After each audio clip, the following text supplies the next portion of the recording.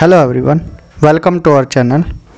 कुछ स्टूडेंट्स की डिमांड है कि आप एकेडमिक जो रिक्रूटमेंट आती हैं, जॉब्स आती हैं, इनके साथ साथ जो कॉम्पिटिटिव एग्ज़ाम्स की जॉब्स हैं इनके बारे में भी वीडियो बना दिया करें। तो अब से हम दोनों एकेडमिक और कॉम्पिटिटिव एग्ज़ाम्स दोनों की जो भी जॉब्स आया करेंगी यहाँ पर आपको नोटिफाई कर दिया करेंगे, आपको वीडियो के माध्यम से बता दिया करेंगे। तो ये जॉब है यूपी ट्रिपल एससी से। यूपी ट्रिपल एससी ने यहाँ पर जॉब निकाली है। ये कौन से डिपार्टमेंट में है? ये जूनियर एनालिस्ट फूड में है। ठीक है, जूनियर एनालिस्ट फूड में है। तो कनिष्ठ विश्लेषक खाद्य में ये जॉब है। अब कौन सी लास्ट डेट है, कब तक फॉर्म भरे जाएंगे, सब हम यहाँ पर विस्तार से बताएंगे। तो विज्ञापन के प्रकाशन की तिथि 21/2/2024। ऑनलाइन आवेदन शुल्क जमा प्रारंभ होने की तिथि है 15 अप्रैल 2024 एंड ऑनलाइन आवेदन शुल्क जमा आवेदन सबमिट करने की लास्ट डेट है 15 मई को लास्ट डेट है इसकी। और शुल्क समायोजन एवं आवेदन में संशोधन के लिए 1 हफ्ते का टाइम दिया जा रहा है, तो 22 मई तक आप कर सकते हैं। ठीक है, यहाँ पर ये बोला गया है कि जब 15/5 तक फीस सबमिट कर दे, इसके बाद कोई भी शुल्क स्वीकार नहीं किया जाएगा। ठीक है, 15 तक आप अपने जो भी ऑनलाइन फीस हैं फॉर्म भर के कंप्लीट कर लें। ठीक है, 7 दिन जो दिए जाएंगे वो संशोधन के लिए दिए जाएंगे। ठीक है, जैसा कि हमने बताया ये जूनियर एनालिस्ट फूड में वैकेंसी टोटल पद कितने हैं? 417 पद हैं।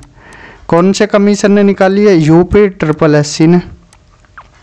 देखिए, इनका एक पैटर्न बहुत बेकार है। अगर पैट का एग्ज़ाम है, पैट के एग्ज़ाम में स्टूडेंट्स के क्या है मार्क्स बता दिए हैं, तो मार्क्स रिज़ल्ट आ गया है 2023 वाला।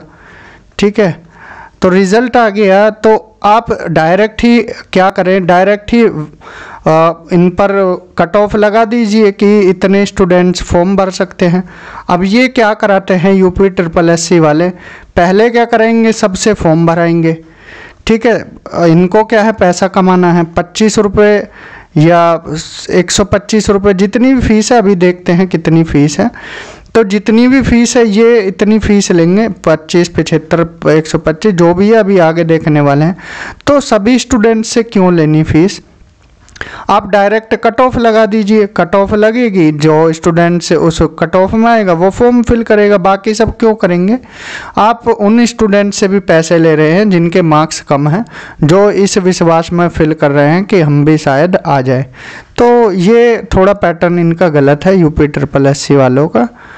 थोड़ा इस पर इनको सोचना चाहिए। ठीक है, तो ये वैकेंसी तो यहाँ पर पैट के जो मार्क्स है इनके बेस्ड पर आपको शॉर्ट लिस्ट किया जाएगा।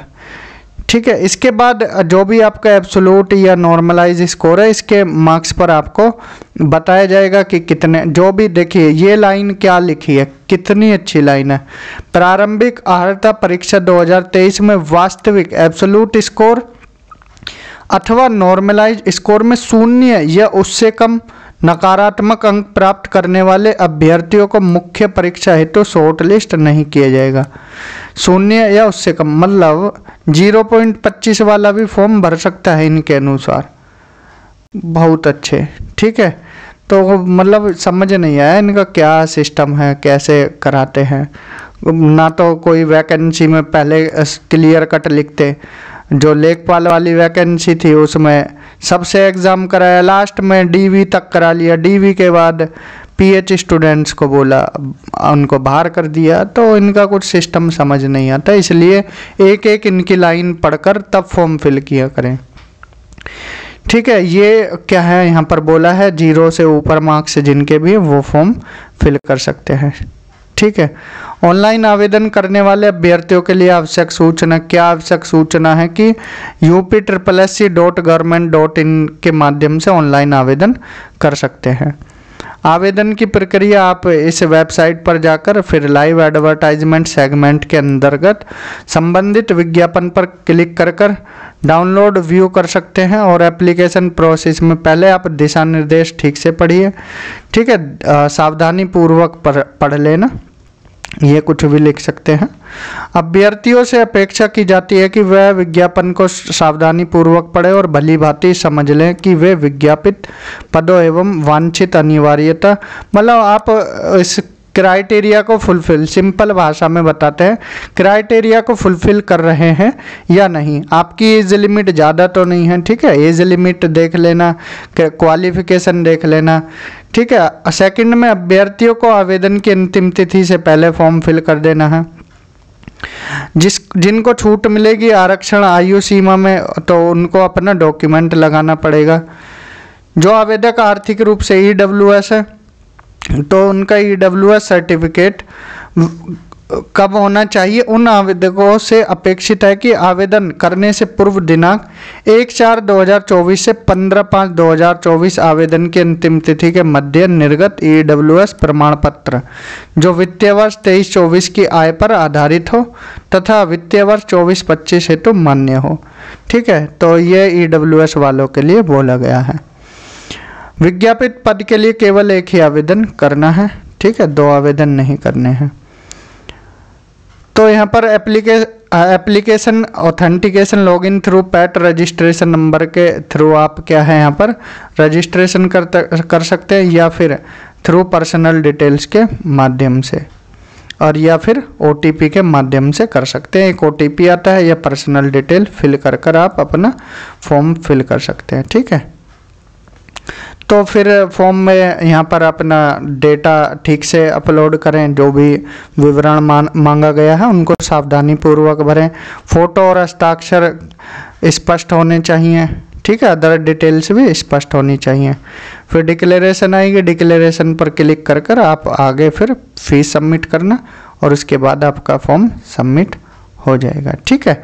ये पूरा प्रोसेस था, आपकी फ़ीस कट जाएगी, फिर ये सब फीस के बारे में था और उसको डाउनलोड कर लेना। अब देखिए यहाँ पर आवेदन शुल्क जिसकी हम बातें कर रहे थे, आवेदन शुल्क अनारक्षित या सामान्य वर्ग का जो स्टूडेंट्स है, ऑनलाइन प्रक्रिया शुल्क 25 रुपये, मिन से 25 रुपये इनका होगा। अन्य पिछड़ा वर्ग, अनुसूचित, SC ST सबकी 25 रुपये फीस ली जाएगी, ठीक है, 25 रुपये यहाँ पर फिल करना पड़ेगा।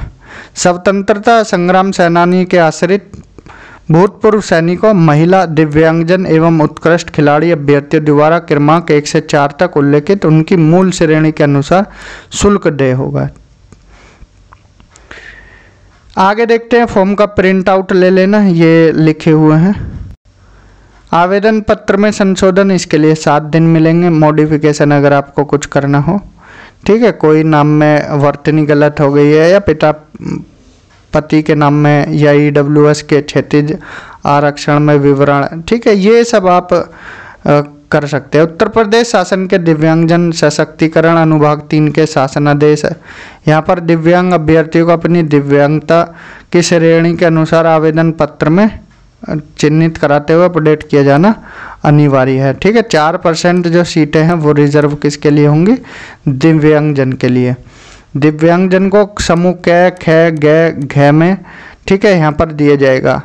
तो ये क्लियर स्पष्ट भी लिख दें कि कौन से दिव्यांगजन, जो ब्लाइंड वाले या HH, ठीक है, ब्लाइंड HH या फिर ऑर्थोपेडिक या मल्टीपल, तो पहले ही क्लियर कट कर दें तो स्पष्ट रहता है, ठीक है।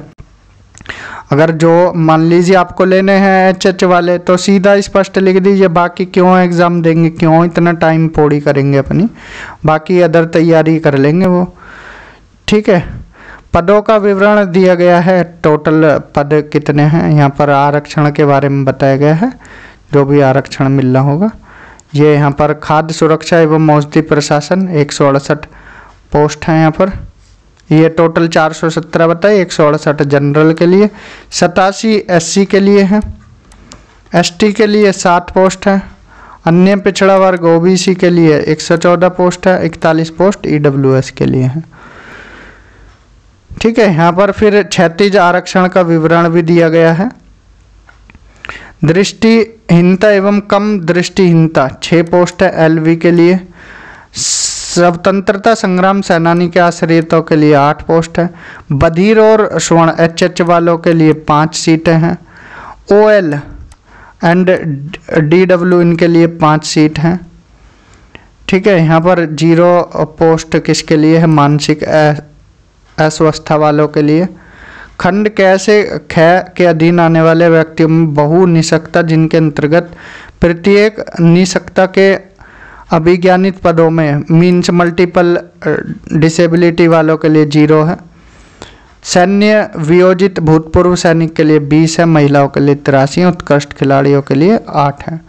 ठीक है, यहाँ पर इन्होंने डिटेल में लिखा है, बस बाद में ये कुछ और ना बोल दें, क्योंकि इन्होंने लेखपाल वैकेंसी में भी बोला था, विवरण अलग दिया लेकिन बाद में फिर गड़बड़ कर दी। ठीक है, LV low vision, HH hard of hearing, OL 1 leg affected, DW dwarfism. ठीक है, यहाँ लिख दिया है इन्होंने ये सब चीज़ें। आरक्षण संबंधी प्रावधान, तो ये आरक्षण के बारे में बताया है, EWS सर्टिफिकेट या OBC सर्टिफिकेट, ये तो आपको पता ही होगा। ठीक है, कैसे बनवाना है और कितना इसका नियम रहते हैं, कितनी ज़मीन हो, कितनी सैलरी हो। ठीक है, स्पोर्ट पर्सन के लिए ये आहारताएँ हैं।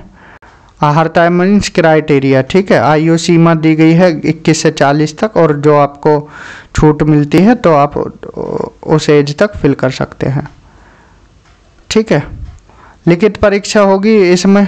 ठीक है, लिखित परीक्षा के संबंध में विशेष नोट, यहाँ पर जो 15% स्टूडेंट लिए जाएंगे, जो एग्ज़ाम होगा इसके बेस पर 15%। ठीक है, फिर जो पैट का एग्ज़ाम है इसके कट ऑफ के बेस पर 15% स्टूडेंट्स को लिया जाएगा। देन एग्ज़ाम होकर फिर शॉर्ट लिस्ट किए जाएंगे और फिर DV होकर फाइनल लिस्ट लगाई जाएगी।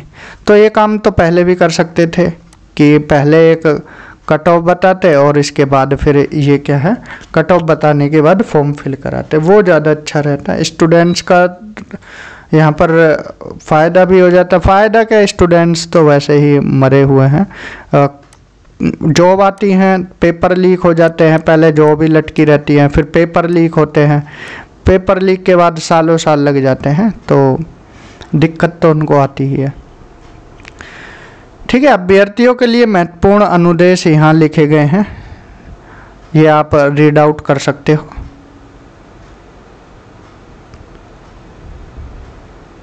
जो कोई इम्पोर्टेंट पॉइंट होगा वो आपको बता दिया जाएगा, बाकी आप इनको रीड आउट कर लेना कि ये क्या क्या बताया गया है। ठीक है, इतने पॉइंट लिखे हैं, ये कम से कम बढ़ते ही जा रहे हैं। ठीक है, ये कुछ पॉइंट 28 पॉइंट थे, ये आप एक बार रीड आउट कर लेना। ठीक है, ये उत्तर प्रदेश के अनुसूचित जाति के लिए जाति प्रमाण पत्र इस तरह से बनवाना है। ठीक है, ये फॉर्मेट दिए गए हैं। ये अनुसूचित जनजाति के लिए फॉर्मेट दिया है, एंड इसके बाद ये फॉर्मेट OBC के लिए दिया है। ये वाला फॉर्मेट दिया है उत्तर प्रदेश सरकार का है, प्रपत्र 1। ठीक है, ये आय एवं परिसंपत्ति प्रमाण पत्र कमजोर वर्ग के EWS के लिए है। आगे ये दिव्यांगजन के लिए है। ठीक है, दिव्यांगजन का सर्टिफिकेट, दिव्यांगता प्रमाण पत्र, सर्टिफिकेट ऑफ डिसेबिलिटी अब नया बनने लगा है, तो इस तरह से बनवा लेना। In case of multiple disability तो इस तरह का फॉर्म बनवाना है और इसमें टिक करवा लेना है जो भी आपको परेशानियां हैं। ठीक है, ये सर्टिफिकेट ऑफ डिसेबिलिटी है, फॉर्म्स 2 और 3। तो ये वैकेंसी थी जूनियर एनालाइज्ड फूड की, तो आप इसको फिल कर सकते हो, लास्ट डेट से पहले ही फिल कर देना। बाकी जो अब कट ऑफ लगेगी वो उसके हिसाब से देखा जाएगा आप शॉर्ट लिस्ट हो या नहीं। तो इस वीडियो में इतना ही, ऐसे ही और वीडियो बनाते रहेंगे, नोटिफाई करते रहेंगे। तो इस वीडियो में इतना ही। Thank you, have a good day.